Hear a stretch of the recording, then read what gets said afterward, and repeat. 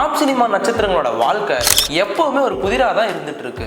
அந்த காலத்திலிருந்து இப்போ வரைக்கும் பல நட்சத்திரங்களோட தற்கொலைகள், கல்யாணம், ரிலேஷன்ஷிப் போன்ற விஷயங்கள் எல்லாமே ரகசியமாவே தான் இருக்கு. அப்படி 40 வருஷத்துக்கு முன்னாடி கமலஹாசன் தன் முன்னாள் மனைவி வாணி கணபதி கிட்ட கையும் களவுமா மாட்டி பெரும் சர்ச்சையான சம்பவத்தை பத்தி தான் இந்த வீடியோல பார்க்க போறோம்.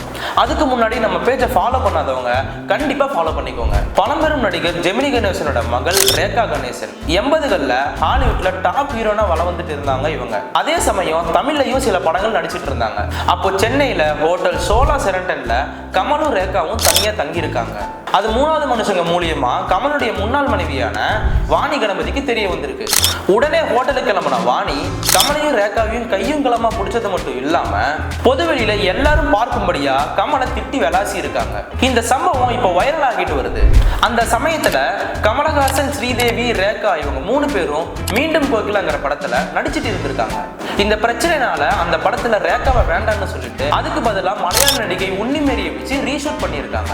கமலஹாசன் வாணி கணபதி சரிகான்னு 2 பேரையும் கல்யாணம் பண்ணி விவாகரத்தும் பண்ணியிருக்காரு. நடிகை கௌதமி கூட லிவிங் ரிலேஷன்ஷிப்ல இருந்தாரு. அதுக்கப்புறம் அதுல இருந்து விலகிட்டாருங்கிறது குறிப்பிடத்தக்கது.